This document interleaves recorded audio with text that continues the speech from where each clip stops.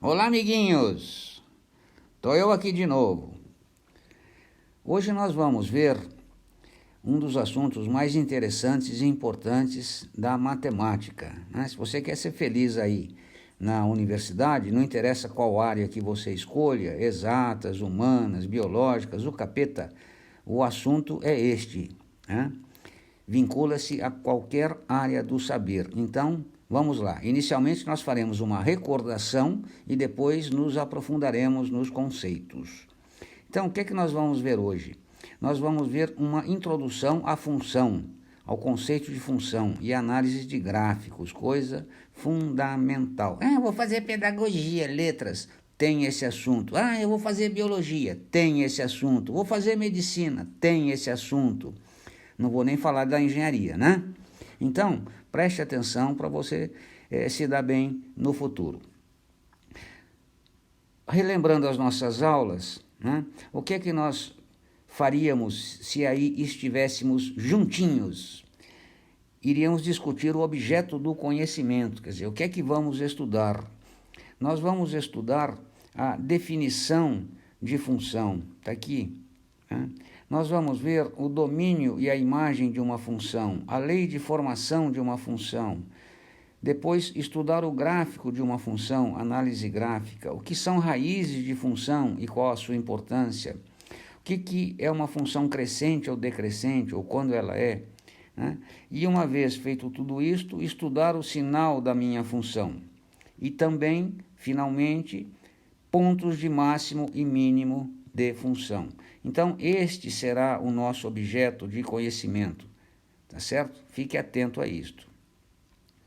Quais são as habilidades necessárias, esperadas, para que você trabalhe com esses objetos, com estas ferramentas matemáticas, né? Então, é identificar relação de dependência entre grandezas, analisar informações envolvendo grandezas que eventualmente possam variar, né, para construir gráficos, enfim, identificar representações algébricas usando conceitos matemáticos de situações reais. Então, você percebe que pelo dito das habilidades, o assunto, ele se aplica a uma vasta gama de conhecimentos, né? Então, vamos trabalhar. Para isto, eu sugiro que você pegue papel e caneta, para que você possa acompanhar a nossa aula. E, claro, também a sua apostila. Então, nós temos aqui, para aprender, antes de discutir o que está escrito aí na sua apostila, né, vamos fazer algumas considerações. A definição de função, qual é ela? Você aprendeu isso lá no nono ano, na antiga 8ª série. Então, está escrito lá. Dados dois conjuntos A e B não vazios, diremos que há uma função do conjunto A no conjunto B, se a cada elemento do conjunto A corresponder um e só um elemento do conjunto B. E aqui está a chave, um e só um. Quando acontece isto, né, numa relação, nós diremos que esta relação pode ser chamada de função. Professor, eu não estou entendendo o que é relação, o que é função. É simples. Você tem um telefone. Você faz um pagamento por conta do uso do telefone. O quanto você paga é função do tempo que você gasta. Relação entre duas grandezas. Tempo de uso, valor a ser pago. Por que o pai sempre grita com a filha? Desliga esse secador, toma banho depressa. Porque o consumo de energia influi na conta que ele recebe no final do mês. Quanto mais se consome, mais se paga. Função entre o consumo e o custo, o valor a ser pago, tá certo?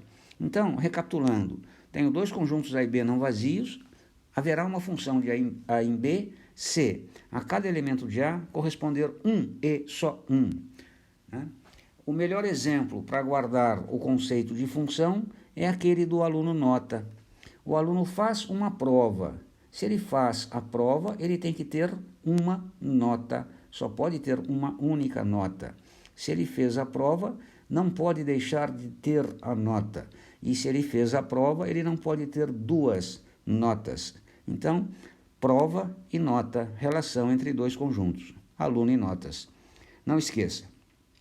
E nós indicamos esta ideia de função usando a seguinte notação matemática. O jeitão de escrever é este: F minúsculo, 2 pontos, A, flecha B, certo? Uma outra forma de representar a função é através de diagramas, essas bolotinhas que você está vendo aqui à esquerda, né? E o que eu acabei de falar está escrito aqui na sua apostila, só que com outras palavras, né? Então, note que você tem aqui um conjunto, que é o conjunto A, você tem aqui um conjunto, que é conjunto B. E esses dois conjuntos se relacionam, né? Observe também que o primeiro conjunto, de praxe, nós chamamos os seus elementos de elementos X. E o segundo conjunto de elementos Y, tá? Uma outra coisa importante de se notar é que todo elemento X é chamado de elemento domínio e todo elemento Y é chamado de elemento imagem, né? Então, acompanhe aqui. Opa, falha nossa. Acompanhe aqui.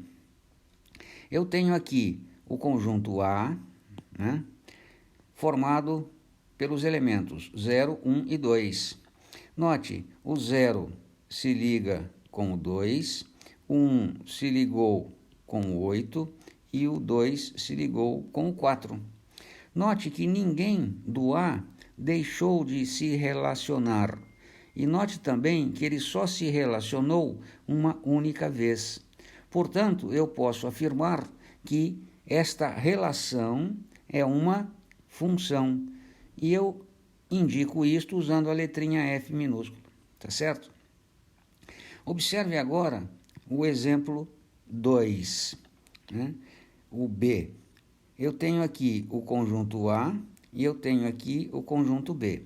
Observe que eu tenho os elementos em A. Quais são eles? É o 0, que relaciona-se com o 2, o 1, que relacionou-se com o 4, e eu tenho aqui embaixo o 2, que é bígamo, se relacionou com o 6 e com o 8. Isto não pode. Por quê? Porque um elemento de A se ligou com 2 elementos de B. Então, neste caso, eu não tenho uma função. Eu tenho o que em matemática chamamos de relação. Então, isto aqui é uma relação, não é função. Por quê?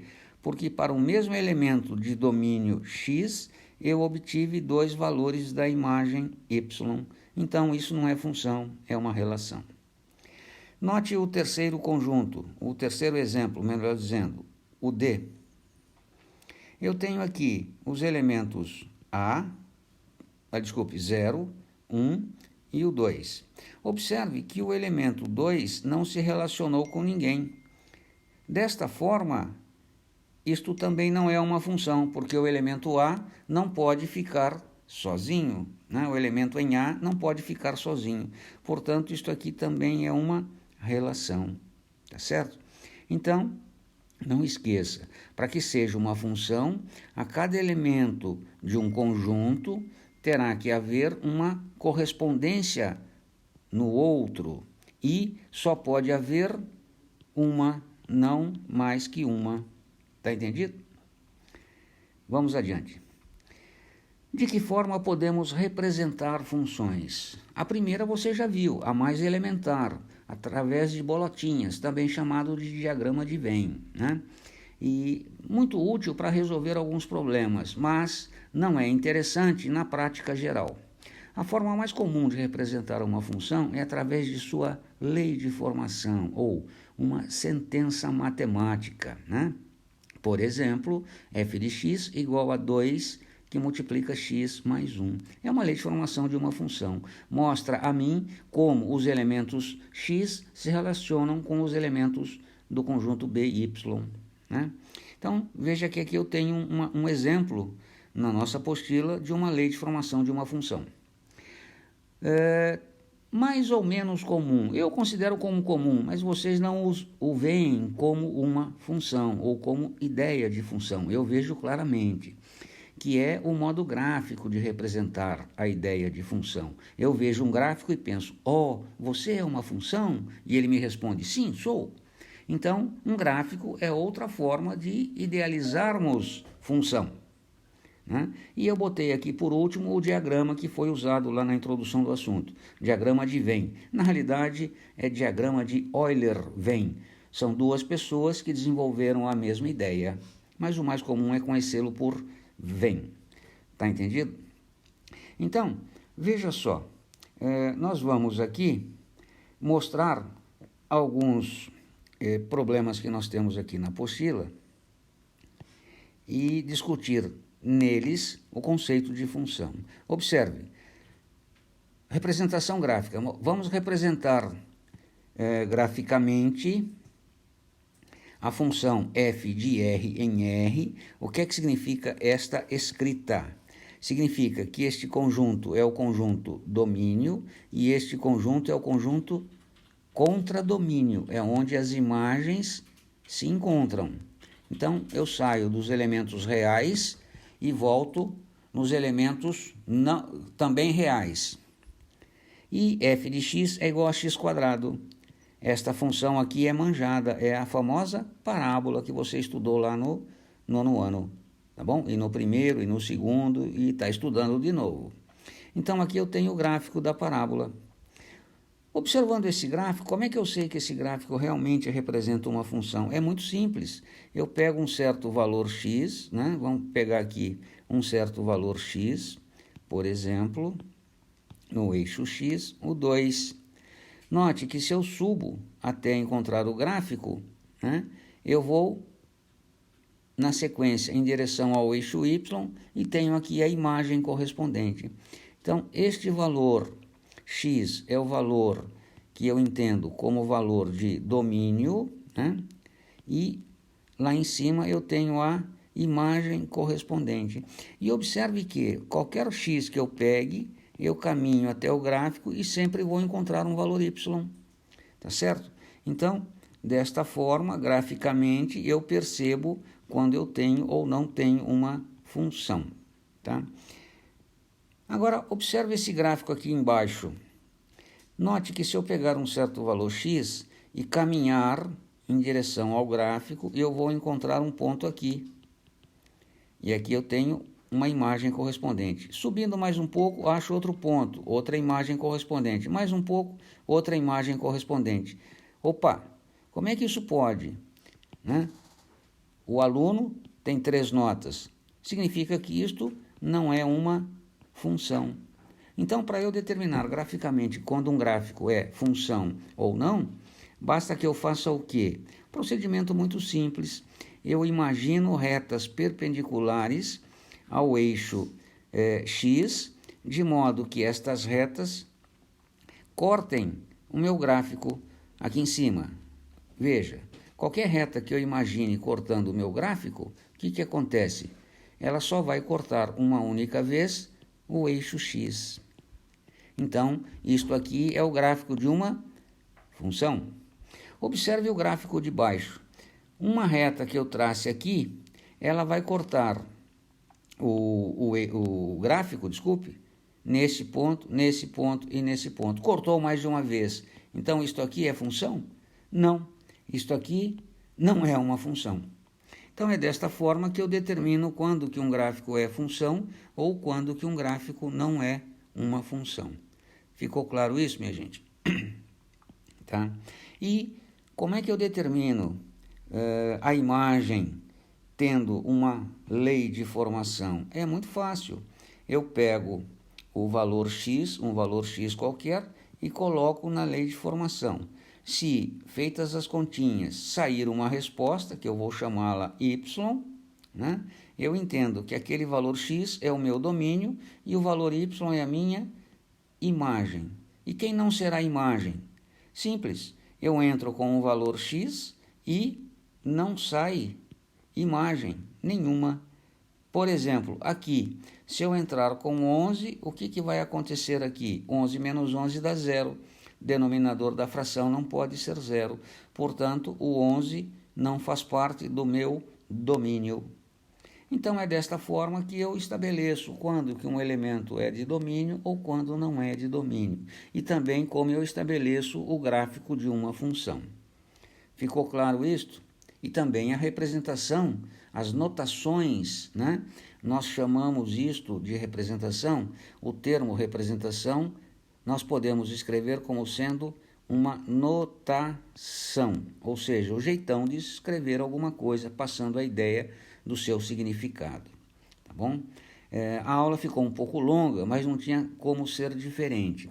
Essa introdução faz parte. E eu procurei usar o nosso material, a apostila, para que você associasse as ideias com o material que você tem escrito aí. Até poderia, e tenho, produzir algo pessoal e passar a vocês, mas eu acho desnecessário, porque você já tem o material é excelente, mais um para você estudar, é perda de tempo, né? Vamos nos ater à nossa apostila, tá certo?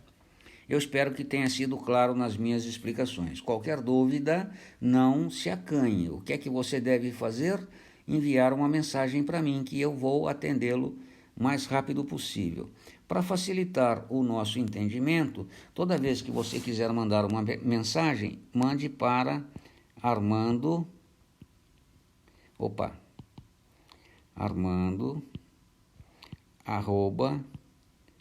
@unital.br. Não tem com, muito cuidado.